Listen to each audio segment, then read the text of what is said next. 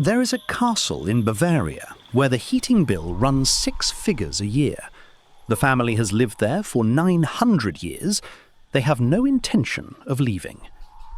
Across Germany, there are hundreds of castles still privately owned. Not museums, not hotels, homes. Some have been in the same family since the Crusades. Some are crumbling, slowly, room by room. Some cost more to maintain than a small country. Germany has more castles than any other country in Europe, around 20,000 by most estimates. Most are ruins, many are museums, but somewhere between 3,000 and 5,000 are still privately held, owned by the families who built them, or inherited them, or simply never let go.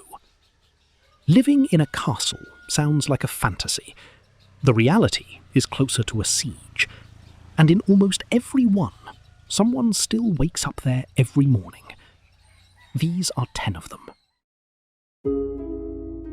Burg Eltz has survived every war Germany has ever fought. It was never sacked, never burned, never seized. In 800 years of European history, wars, revolutions, 2 world empires, 2 world wars, this castle was untouched. The Eltz family has owned this castle since 1157. The same family, 33 generations. The family never sold, never lost it in a war, never had it confiscated.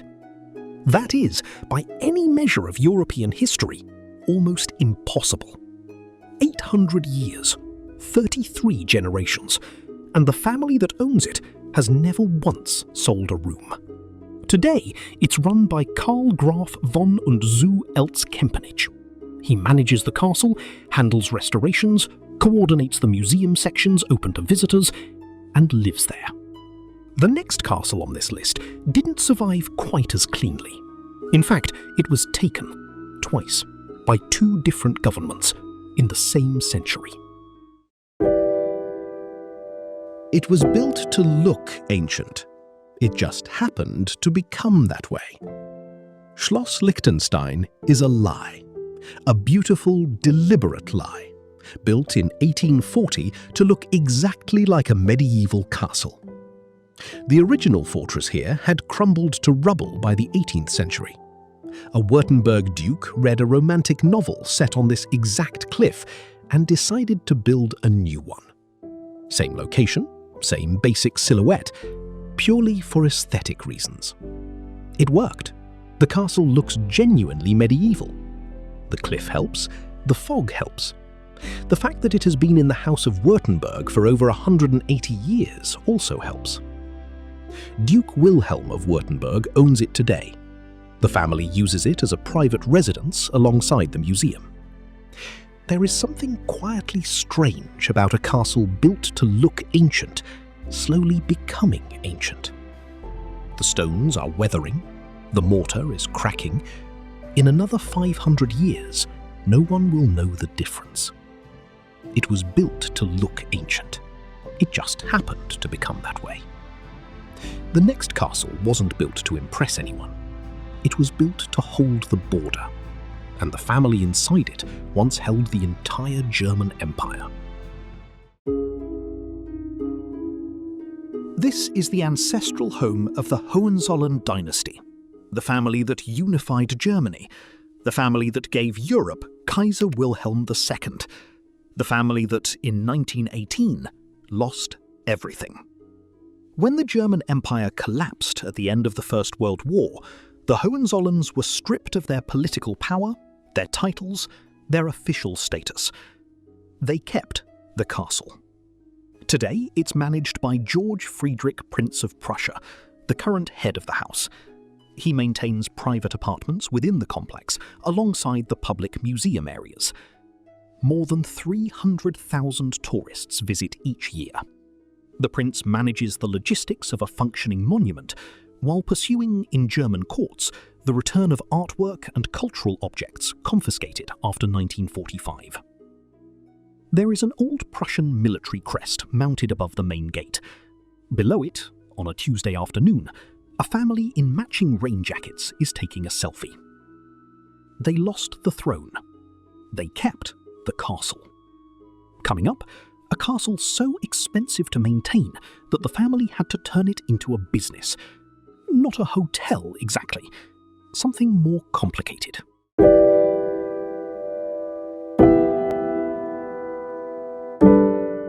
The castle charges €5,000 a night.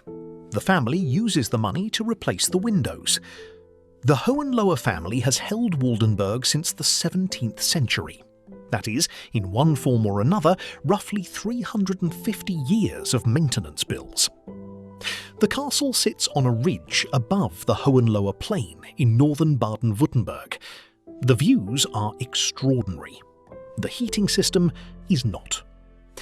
The family's solution is visible in the booking calendar. Weddings, corporate dinners, private stays, film shoots. Parts of the estate now function as a premium venue.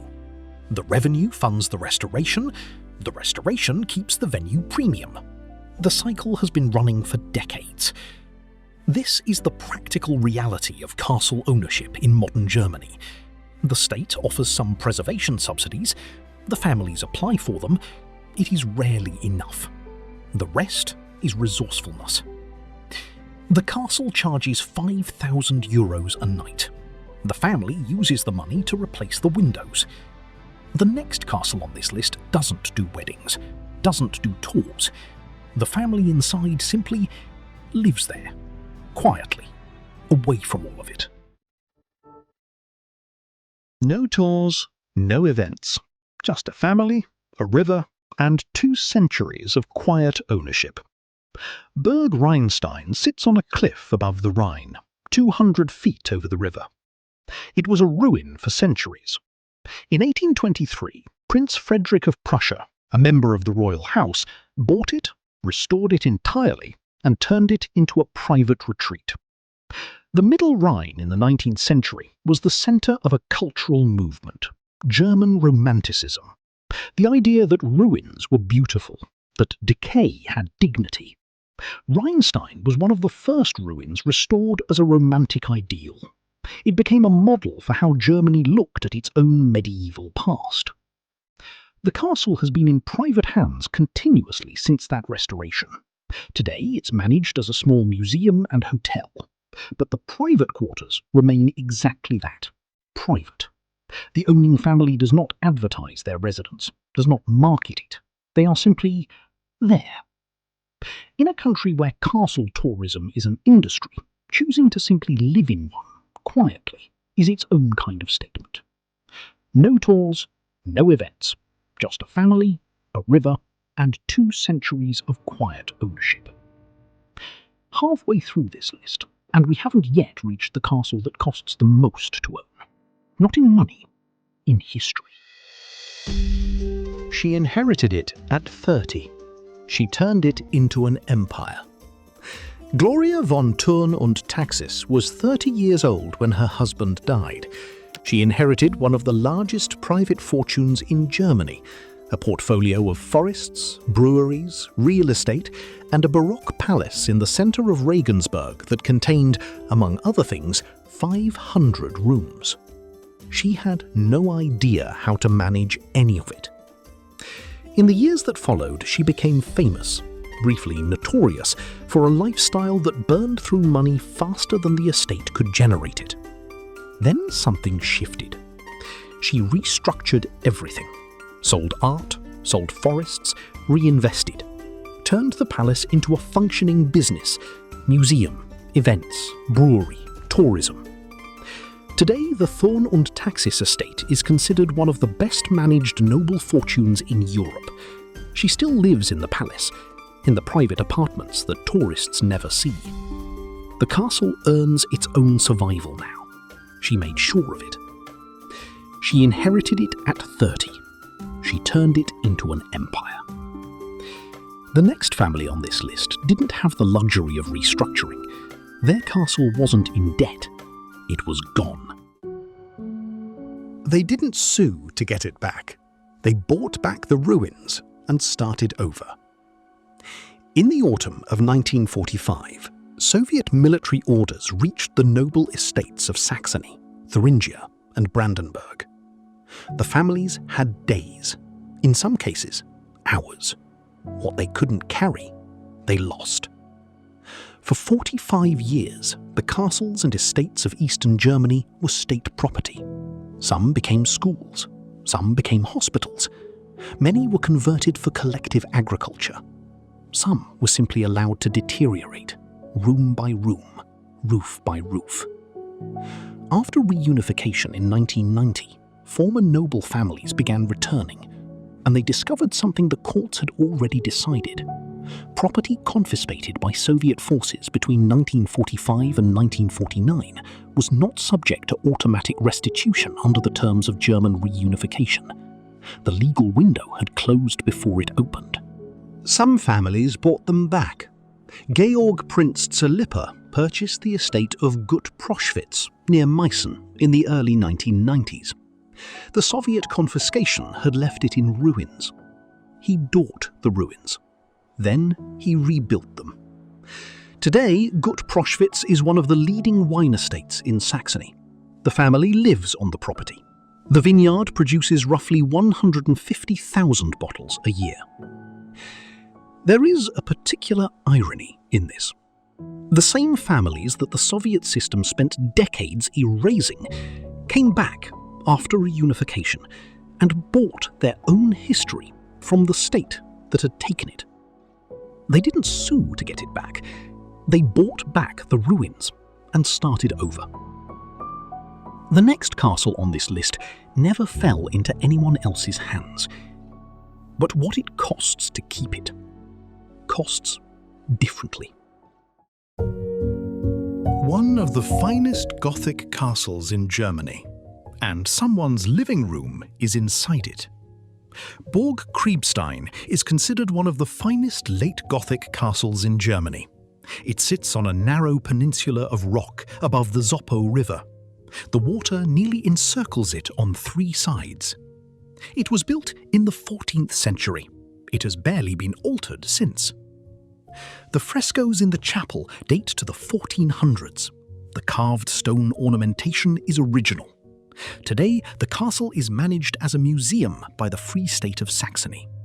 But the castle also has something that most museums don't: a resident family. The on-site caretaker family has lived within these walls for years. Not in the frescoed rooms, not in the Knight's Hall. Behind a door that's not on any tour map, in rooms that have been heated, lived in, slept in, across the river from the nearest town, surrounded by 600 years of stone.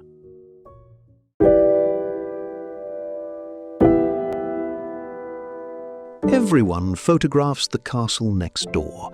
Almost no one asks who manages this one. Everyone knows Neuschwanstein, the white castle on the hill above the Alpsee, the one Disney copied, the one that gets 1.4 million visitors a year. Almost no one asks about the yellow castle directly below it. Schloss Hohenschwangau was the childhood home of Ludwig II, the king who built Neuschwanstein. He grew up here, was shaped by the murals on these walls. Every painting in Hohenschwangau depicts German heroic legend. He absorbed it all. Then he built his obsession on the hill above his childhood. Today, Hohenschwangau is managed by the Wittelsbacher Ausgleichsfonds, the legal entity that administers the assets of the former Bavarian royal family. The Wittelsbach family maintains formal connection to the property and its management. Private sections exist within the complex. Let's be direct about what that means. This is not a castle where a family sleeps every night. It is something else. A castle that a family refuses to give up, refuses to let become purely state property, refuses to let the story end. There's a version of ownership that isn't about living somewhere. It's about remaining part of what a place means. The Wittelsbachs ruled Bavaria for over 7 centuries. They are not going to stop being part of this hill because a republic decided their time was up.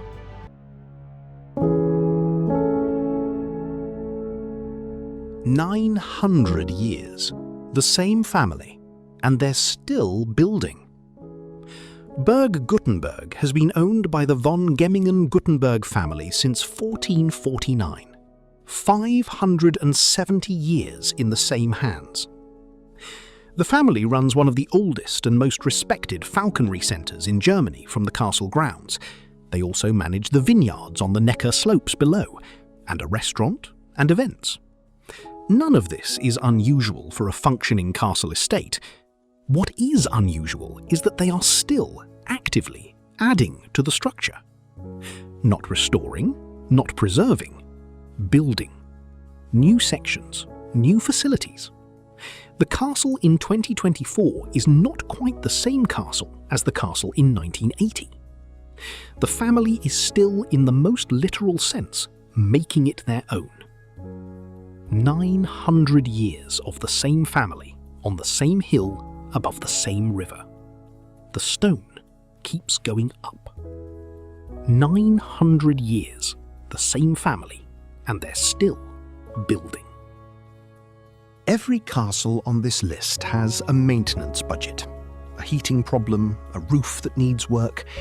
Every family on this list has made the same calculation, generation after generation. The cost of staying is high. The cost of leaving is higher. They are not staying out of wealth. Some of them are not wealthy at all. Not anymore. They are staying out of something older than money. Something that doesn't translate well into English. In German, there's a word, Heimat.